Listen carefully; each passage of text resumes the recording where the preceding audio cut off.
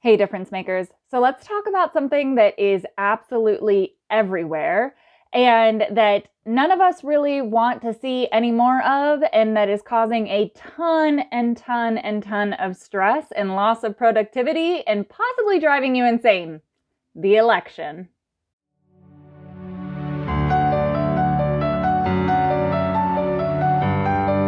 Chances are, when you popped onto this YouTube channel, one of the first things you saw was an election ad. Am I right? So election stress is a real thing. Take it from your business therapist. It is a diagnosable election stress disorder, is now actually being recognized in the psychological community. And why is that? It causes a lot of feelings of anxiety. It causes a lot of feelings of depression. And this is before the election even happens. And then there's the actual day of the election where you're watching scores and reports come in and you're feeling anxious and your candidate is either winning or losing. And you're also having these heated debates because not everybody agrees. And so it can cause a lot of friction. And actually what we see is that recent studies show that 50% of individuals have reported that they have not been productive at work because of election stress. That means half of us are not getting our jobs done because of election stress. And if you ask me, I think that that's actually underreported. And the stress just grows the closer that we get to the election. But there's some good news. There are a couple things that I want to share with you that will help not only with election stress coming up to the election, during the election, but also help you recover after the election. And let's also talk about in the workplace, if that's an appropriate place for you to be talking about the election. And if you choose to have those conversations, how to create a safe space within your workplace in order to have those conversations. So you have the upcoming election on top of a global pandemic, virtual schooling for most parents, remote working for most individuals, and everything else going on. It is probably one of the most significant psychological impacts that we're going to see as far as election stress. So here's what I want you to imagine is I want you to imagine that your anxiety level goes from 0 to 10.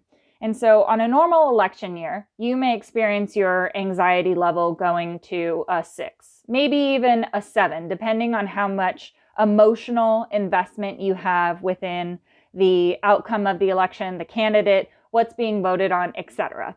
Well, what you see right now is that you had an entire population go through multiple stressors. So many of us were already at 7, 8, 9 out of 10, and then you add an election on top of that. And that's where it's feeling like it's pushing us over the top. It's not necessarily, although it can feel, and I am honoring that validity if it feels this way for you, that this election is any more stressful than any prior elections. But if you break it down to the actual science of it, then you can understand how many more individuals are reporting higher feelings of stress, anxiety, depression, and other significant impacts on their overall well-being, and that impacting their ability to get their work done and to be productive and present at work and with their families. So this is causing conflict everywhere. And conflict not in a way that is necessarily battles in between people, but conflict within oneself. Because your body is trying to say, take care of yourself, you're extremely stressed, and your mind's saying, I've got work to do, I've got to get this stuff done. So let's resolve at least a couple of those battles. So first off, acknowledge that there is a human within that worker bee. Whether you're an entrepreneur, a solopreneur, a leader of a team, a part of a team, a parent, a caregiver, wherever space you hold in this world, just honor that there is an actual human that occupies that space with mental, emotional, spiritual, and physical needs.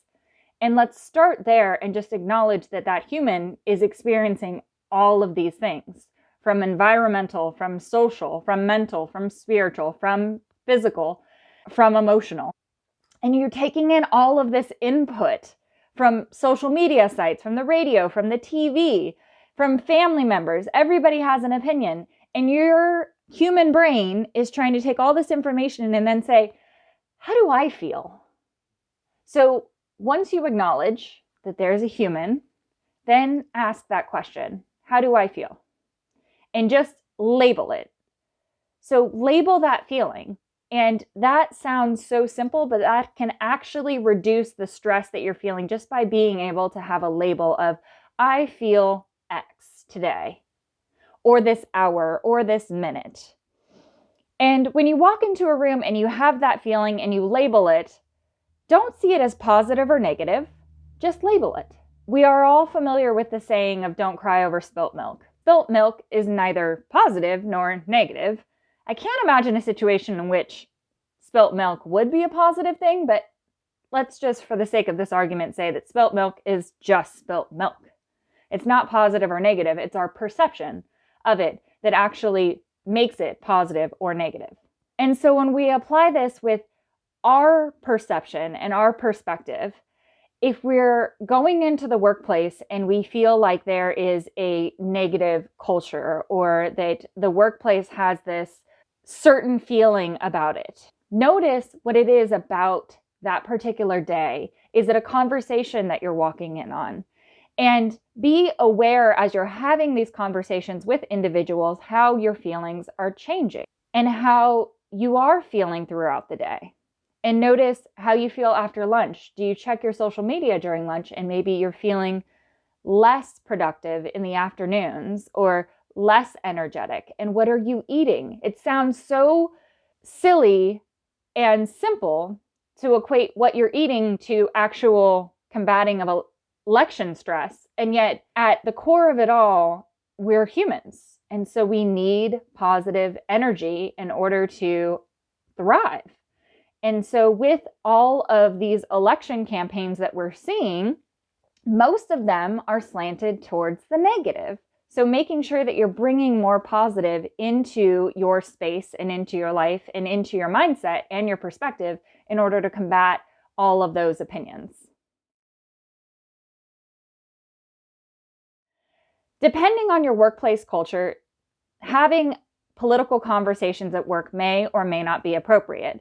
It helps to be able to have a forward and transparent policy for your team on political discussions within the workplace and make that extremely clear, extremely transparent, and then follow that with supportive actions and reiterate that policy. And that brings me to making sure that you return to a values-based conversation within your company and a vision-based conversation within your company. It would be inappropriate to make a political conversation decision that was not in line with your company's vision or values. But be able to create a policy and explain how it's built on the foundations of the company's values. And that decision drives the company, the culture, the clients further towards the vision of that company and accomplishing what it is that these people are showing up at work every day to be a part of. That's a really powerful thing. And it can be very impactful on an individual's mental health when they feel like they're a part of something bigger. They know very clearly and transparently what the policies are and are not, what the values are that the company is making decisions with and around, and the vision that everybody is going towards the same direction and with the same values. That is creating a box, and humans like to live in some kind of structure. It's like children thrive when they have consistency. And now, since we're talking about living within boxes and consistency, another thing that I want to address is biases. And one of the best books that I know of is by Dr. Tiffany Jana. I'll put the link in the description for this video, of Subtle Acts of Exclusion. And they also have Overcoming Biases. I would invite you to check out their entire line of books, because specifically in the workplace, we're bringing our biases, both conscious and unconscious. And so remember that right feels just as strong in the person that you're talking to as it does in you. Let me say that again. because that came from my friend Mo Fathelbab, and I just have to slow it down and give that statement justice.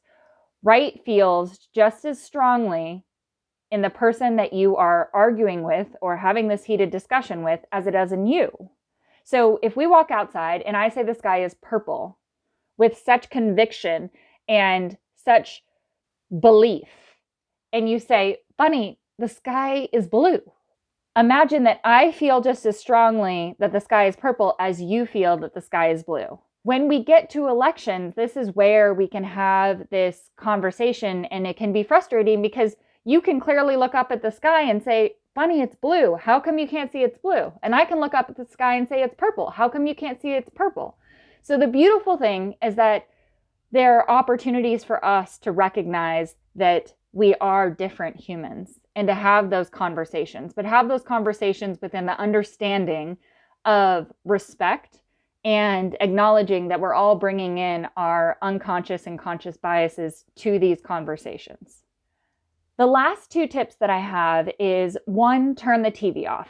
It's a really simple one. In the workplace, the last thing that you need is more stimuli.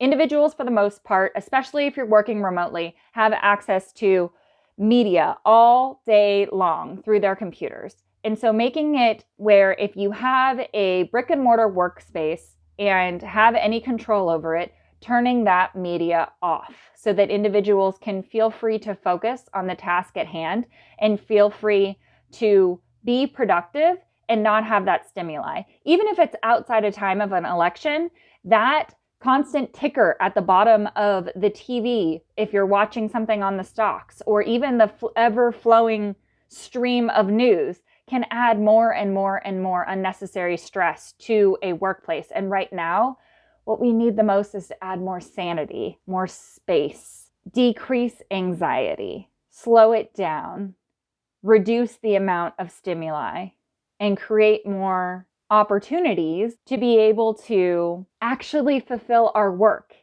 and feel productive and feel like we're contributing to something larger and feel like we're living within our own values through the work we do for our company. And my very last point is, if at all possible, have a mental health professional available for your team throughout this process. Whether you're organizing forums that are just open conversations about feelings, not about politics, not about the election, but just about feelings. So we're not talking about candidates, we're talking about feelings. We're not talking about parties, we're talking about stress. We're talking about how we're showing up and fears that we have about our lack of productivity or distractions, or how it's impacting our family life. And remember that there are professionals out there to help us navigate not only stress, but also a change process. And there are a ton of resources that are available to your team. And one of them, I'll include a link in the description below this video, is a free resource of a book called How to Stay Sane During Insane Times. There's also consulting firms that specialize in change, like The Change Decision, and I'll include that link right below this video. And if there's any other resources that you need, start a conversation by just leaving me a comment. Whether it's after the election or before another election, let me know in the comments how I can help your organization, your team, and yourself through election stress. Thank you for making the world a better place.